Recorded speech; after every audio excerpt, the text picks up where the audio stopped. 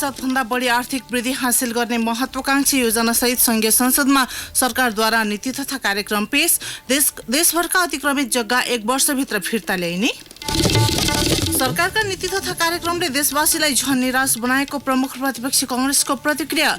पुरानै विषय दोहोर्याएर सरकारले कमजोरी लुकाउन खोजेको आरोप। मेडिकल कलेजले विद्यार्थीसँग असुलेको अतिरिक्त शुल्क फिर्ता गर्ने निर्णय कार्यान्वयन नगरेपछि शिक्षा मन्त्रालयले त्रिभुवन विश्वविद्यालयसँग जवाफ माग्यो।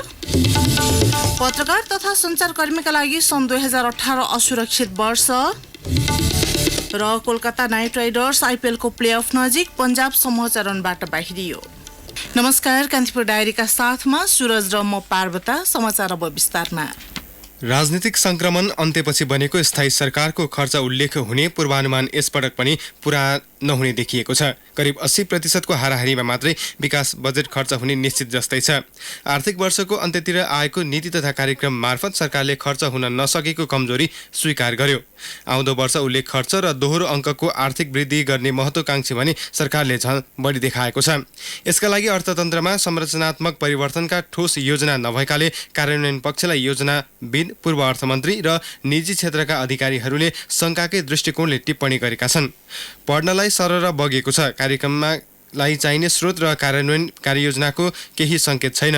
योजना आयोगका पूर्व उपाध्यक्ष जगदीश चन्द्र पोखरेलले भन्नुभयो, यो विश लिस्ट यो इच्छाको सूची मात्रै हो। पोखरेलले भने चाहिँ विश लिस्ट मात्रै होइन, विगतकै धेरै कार्यक्रम यसमा समावेश भएको छ।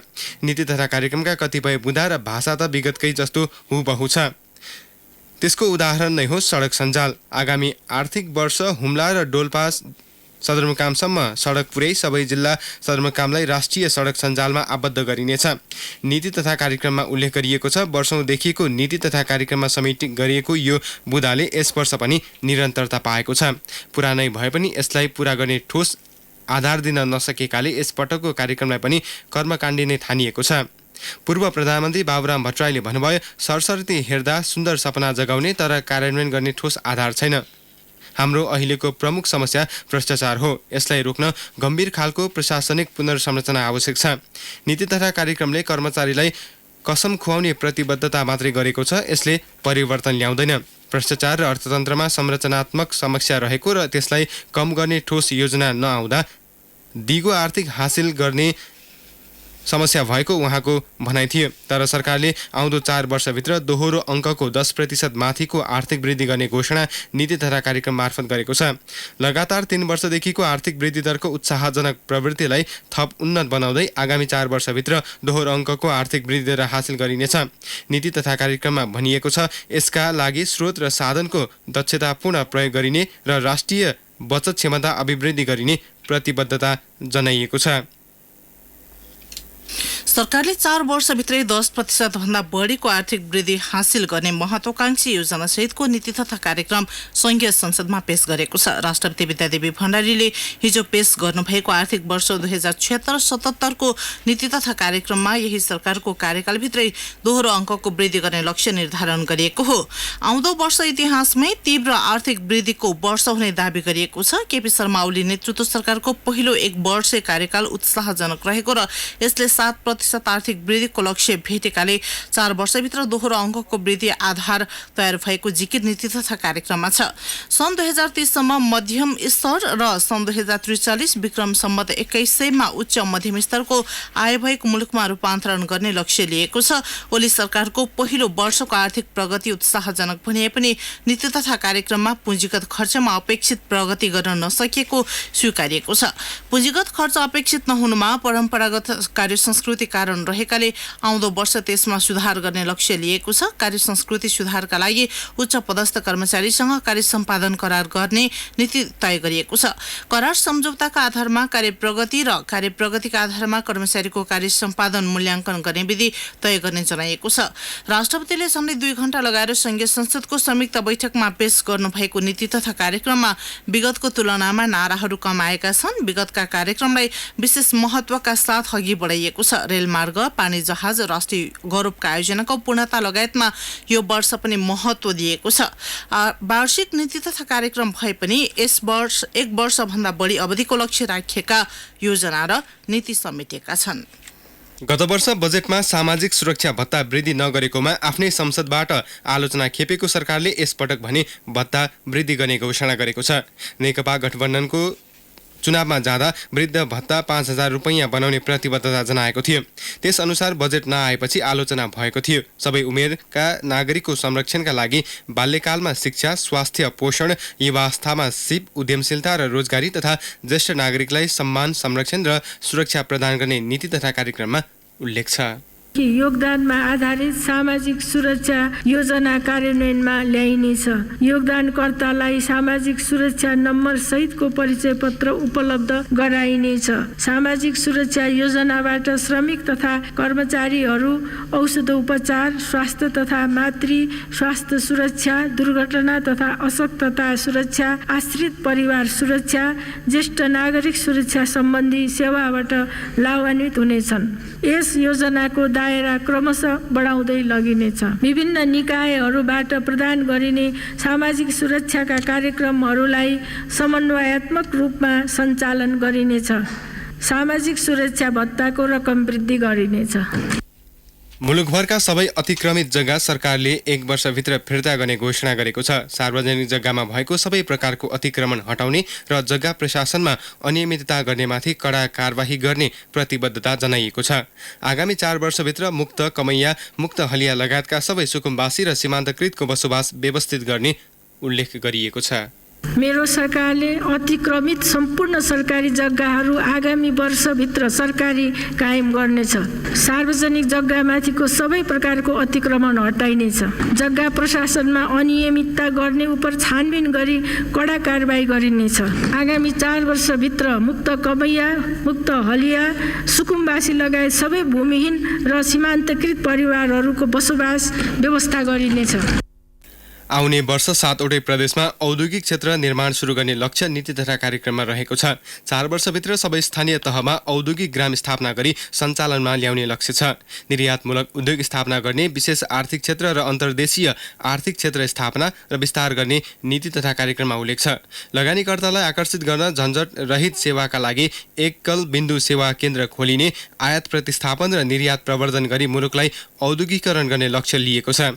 राजमार्गहरूमा आपतकालीन हवाई अवतरण गर्न मिल्ने गरी स्तरोन्नति गर्ने नयाँ कार्यक्रम नीति तथा कार्यक्रममा ल्याएको छ। त्रिभुवन अन्तर्राष्ट्रिय विमानस्थल 24 घण्टा सञ्चालन गर्ने र गौतम बुद्ध अन्तर्राष्ट्रिय विमानस्थल यसै वर्षबाट सञ्चालनमा ल्याउने उल्लेख गरिएको छ। पूर्व पश्चिम राजमार्ग 4 वर्षभित्र सबै खण्ड विस्तार गरिसक्ने जनाएको छ। निर्माणाधीन सडक खण्डहरूमा सुरुङ प्रविधि प्रयोग गरेर राजमार्गको दूरी घटाउने, आउँदो वर्ष सबै जिल्लामा सडक सञ्जाल विस्तार गर्ने लक्ष्य रहेको छ। 4 वर्षभित्र स्थानीय तहका सबै केन्द्रलाई कालोपत्रे सडकले जोड्ने उल्लेख गरिएको छ। 2 वर्षभित्र वीरगञ्ज काठमाडौँ र रसुवागढी काठमाडौँ रेलमार्गको विस्तृत परियोजना प्रतिवेदन तयार गरी निर्माण गर्ने घोषणा गरिएको छ। पानी जहाज कार्यालय स्थापना भइसकेकाले नेपाली ध्वजावाहक पानी जहाज छिट्टै चल्ने दावी गरिएको छ। पूर्व पश्चिम विद्युतीय रेलमार्गको सुरुवात यसै वर्षबाट सुरु गर्ने उल्लेख गरिएको छ। यस्तै नवलपरासीको धबोदीमा रहेको फलामखानीबाट यसै वर्षदेखि फलाम उत्पादन सुरु गर्ने नीति तथा कार्यक्रममा उल्लेख गरिएको छ। यसैबीच सरकारले आगामी वर्ष 5 लाख रोजगारी सृजना गर्ने महत्वाकांक्षी घोषणा गरेको छ। सार्वजनिक तथा निजी क्षेत्रबाट हुने क्रियाकलापबाट यी रोजगारी सृजना गर्ने सरकारी लक्ष्य छ। राष्ट्रपति विद्यादेवी भण्डारीद्वारा जारी आगामी आर्थिक वर्षका लागि नीति तथा कार्यक्रममा सरकारले नेपाली श्रम बजारमा आउने नयाँ श्रम शक्ति बराबर नै रोजगारी दिने घोषणा गरेको हो। नयाँ श्रम सर्वेक्षण अनुसार श्रम बजारमा 9,08,000 श्रम शक्ति बेरोजगार छन्। सरकारले गत आर्थिक वर्षदेखि स्वदेशभित्रै रोजगारीका अवसर सृजना गर्न प्रधानमन्त्री रोजगार कार्यक्रम कार्यान्वयनमा ल्याएको छ। यो कार्यक्रम अन्तर्गत सबै स्थानीय तहमा रोजगार सेवा केन्द्र स्थापना गरी बेरोजगार व्यक्तिको पहिचान गर्ने काम भइरहेको छ। सरकारले पहिचान भएको व्यक्तिलाई रोजगार दिन नसके 100 दिन बराबरको भत्ता दिने घोषणा गरेको छ। थप रोजगार सृजना गर्नका लागि हरेक प्रदेशमा औद्योगिक क्षेत्र बनाउने र सबै स्थानीय तहमा औद्योगिक ग्राम बनाउने तयारी छ। श्रम अनुसारको बाँस नपुग्ने, तलब नभएको भन्दै हरेक वर्ष झण्डै 3 लाख नेपाली युवा खाडी लगायतका देशहरूमा गइरहेका छन्। यस्तै राष्ट्रपति विद्यादेवी भण्डारी हिजो सरकारको नीति तथा कार्यक्रम वाचन गर्दा प्रयोग गरेको शब्दावलीका कारण विवादमा तानिनु भएको छ। आर्थिक वर्ष 2076-77 को नीति तथा कार्यक्रम वाचन गर्दा भण्डारीले मेरो सरकार शब्दावली प्रयोग गर्नु भएको थियो, जसको सामाजिक सञ्जालमा व्यापक आलोचना भएको छ। 26 पेजको नीति तथा कार्यक्रम वाचन गर्दा उहाँले नेपाल सरकार नभनेर बारम्बार मेरो सरकार भन्नुभएको थियो। राष्ट्रपतिको भाषण जारी रहँदा सामाजिक सञ्जाल विरोधमा तातिएको थियो। संसद बैठकमै कतिपय सांसदले असहज मान्दै सामाजिक सञ्जाल मार्फत आफ्ना भावना पोखिरहेका थिए। कान्तिपुर डायरीमा अब ब्रेकको पालो। अब बाँकी प्रसङ्ग। प्रमुख प्रतिपक्षी दल नेपाली कांग्रेसले राष्ट्रपतिद्वारा प्रस्तुत सरकारको नीति तथा कार्यक्रमले मुलुकवासीलाई झन् निराश बनाएको प्रतिक्रिया दिएको छ। नीति तथा कार्यक्रममा नयाँ विषय केही नभएको र सरकारले कमजोरी लुकाउन खोजेको आरोप प्रतिपक्षको छ। कांग्रेसले कार्यक्रमले राष्ट्रपतिलाई समेत विवादमा तानेको तर्क गरेको छ। नेता गगन थापाले कार्यक्रम सरकारले निजी हो या मुलुकको हो भन्ने यकिन गर्न कठिन भएको बताउनुभयो। विगतका प्रतिबद्धता पूरा नहुँदा जनता निराश भएको प्रसङ्ग कोट्याउँदै थापाले आउने वर्ष झन् निराश हुने दावी गर्नुभयो।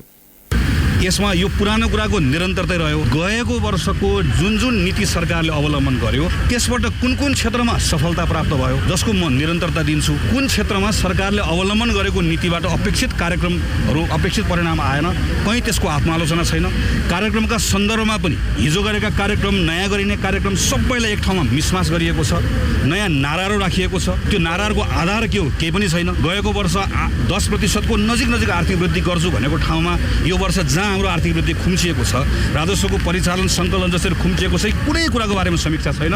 अब आउने वर्ष करिब दोहोरो अङ्कको आर्थिक वृद्धिको सरकारले म ल्याउँछु भनेर भनेको छ। यसको आधार के हो? के पनि छैन। कांग्रेस सांसद नारायण खड्काले नीति तथा कार्यक्रम लक्ष्य र उद्देश्य नभेटिएको भद्रगोल दस्तावेज भएको बताउनु भएको छ। नेकपाका सांसद घनश्याम भुसालले सामान्यतया सबै नीति तथा कार्यक्रम यस्तै हुने बताउनु भयो। नेकपाकै अग्नि सापकोटाले नीति तथा कार्यक्रम मुलुकलाई दिशानिर्देश गर्न उन्मुख रहेको बताउनुभयो।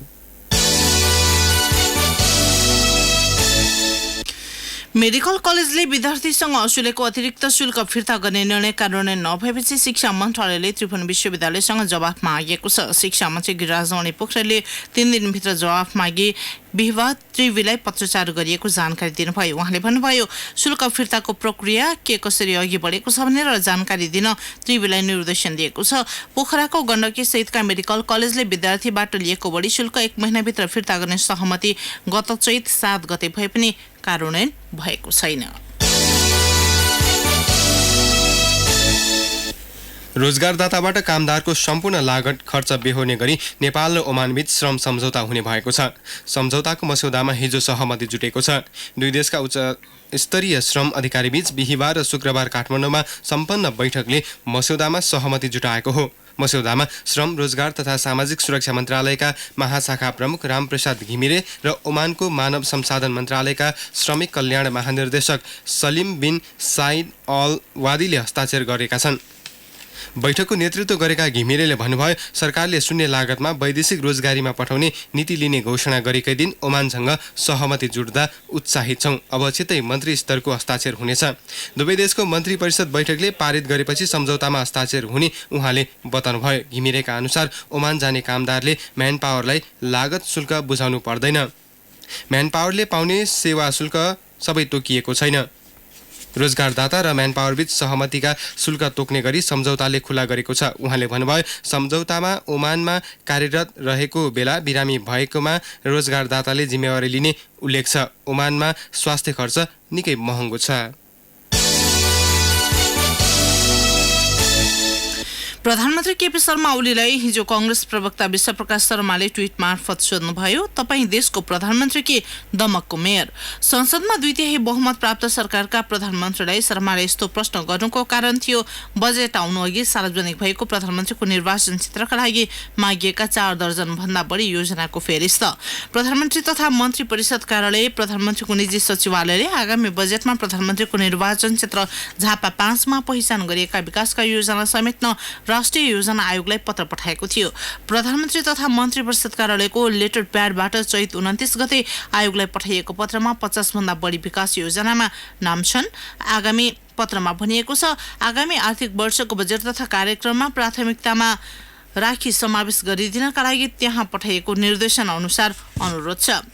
मुलुकै समृद्धिको कुरा गर्ने प्रधानमन्त्री निर्वाचन क्षेत्रमुखी भएको भन्दै सामाजिक सञ्जालमा तीव्र आलोचना हुन थालेपछि प्रधानमन्त्रीका तर्फबाट सो पत्रको खण्डन गरियो।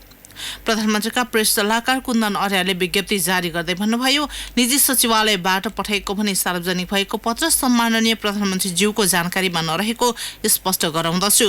प्रधानमन्त्रीको निर्देशन बेगर नै निजी सचिवालयबाट भूलवश राष्ट्रिय योजना आयोगमा सम्प्रेषण गरिएको रहेछ। जेठ 15 गते बजेटको दिन नजिकिएसँगै राष्ट्रिय योजना आयोग र अर्थ मन्त्रालयमा निर्वाचन क्षेत्रमा बजेट माग गरेर पत्र पठाउनेमा अधिकांश नेता छन्। वीर अस्पतालका विभिन्न उपकरण बिग्रदा दिनहुँ बिरामीले शास्ति खेपिरहेका छन्। उपकरण बिग्रिने र मर्मत नगर्ने समस्याले बिरामीले रिफर भएर उपचार गर्नुपर्ने बाध्यता छ, जसमा 20 बेडको आइसियु कक्षमा अहिले 6 भेन्टिलेटर बिग्रिएका छन्। अस्पतालमा दैनिक 10 नयाँ बिरामी आइसियु चाहिने खालका आउँछन्। अस्पतालको आइसियु नपाउँदा उनीहरू निजीमा महँगो शुल्क तिरेर भर्ना हुन बाध्य छन्। वीरमा 3000 रुपैयाँमा पाइने आइसियु बाहिर 4 गुणा बढी छ। भेन्टिलेटर बिग्रिएको 1 वर्ष बितिसक्दा पनि मर्मत भएको छैन। 1 वर्षदेखि उपकरण बिग्रिएकै कारण नाक कान घाँटी विभाग पनि प्रभावित बनेको छ।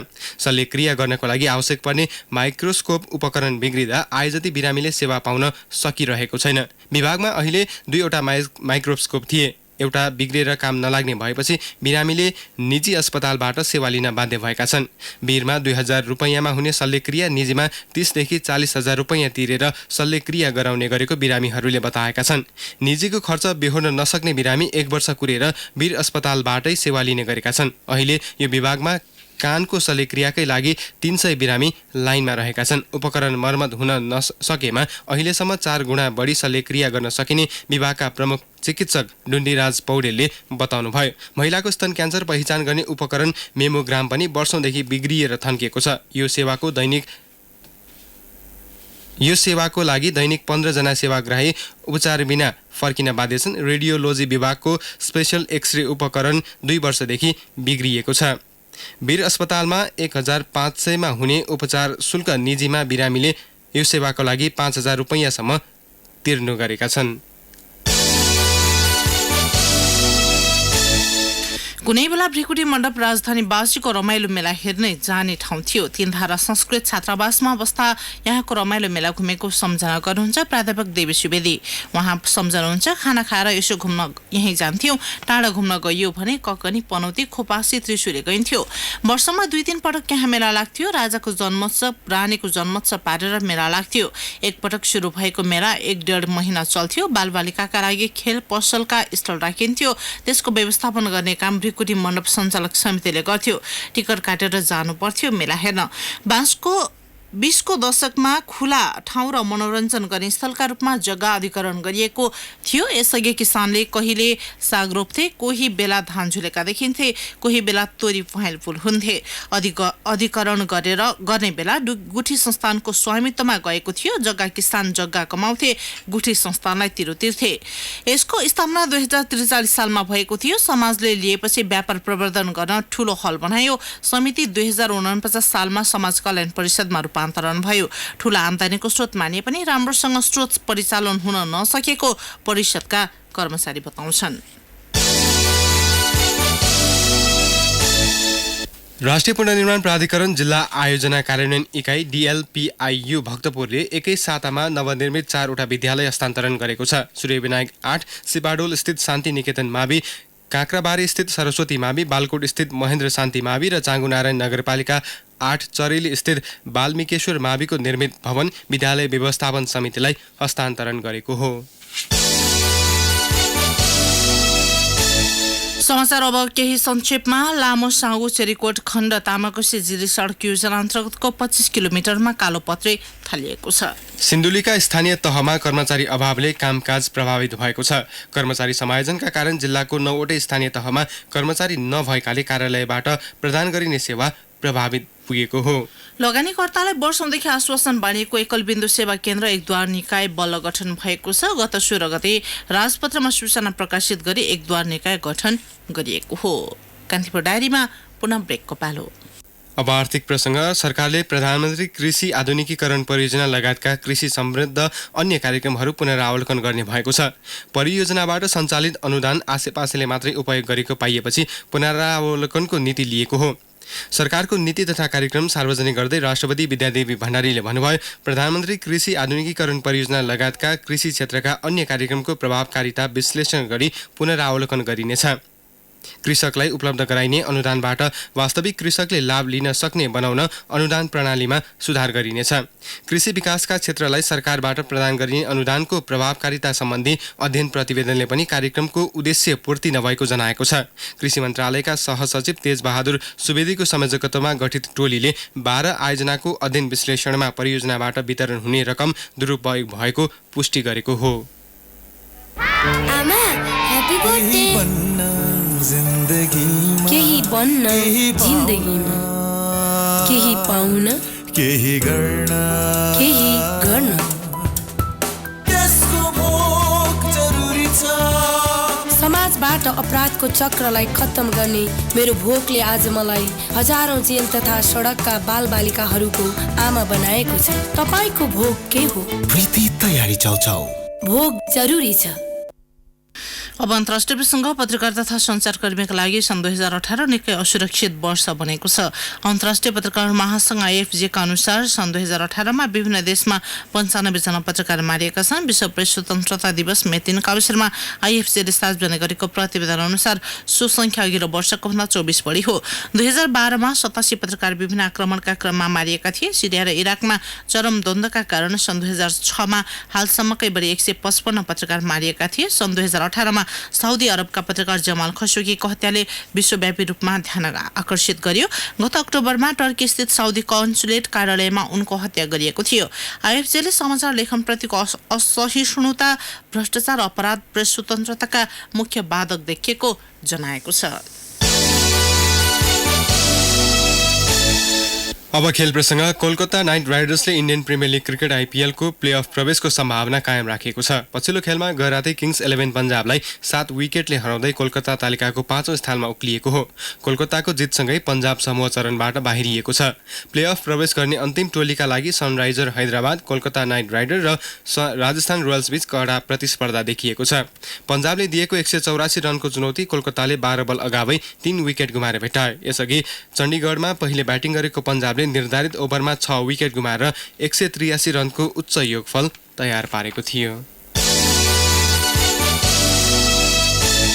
अब मौसम सम्बन्धी जानकारी। काठमाडौँ उपत्यका सहित मुलुकभरको मौसम बदली रहने जल तथा मौसम पूर्वानुमान महाशाखाले जनाएको छ। पूर्वी मध्य र पश्चिमी पहाडी भेगमा हल्का बादल आउनुका साथै मेघगर्जन र चट्याङसहित वर्षाको समेत सम्भावना रहेको महाशाखाको अनुमान छ। उच्च पहाडी तथा हिमाली भेगमा हल्का हिउँ पर्ने महाशाखाको अनुमान छ। केही बेर अघि 15 डिग्री सेल्सियस मापन गरिएको काठमाडौँ उपत्यकाको अधिकतम तापक्रम आज 27 डिग्रीसम्म पुग्नेछ। सूर्योदय बिहान 5:22 भए पनि सूर्यास्त साँझ 6:39 हुनेछ। हवस् त यिनै प्रसङ्गसँगै कान्तिपुर डायरीको यो बुलेटिन यही सकिन्छ। 8 बजे हामी डेभलपमेन्ट एन्ड इकोनोमिक्स डायरीका साथमा उपस्थित हुने नै छौँ। अहिलेलाई सुरज र म पार्वता आज्ञामा छौँ। नमस्कार।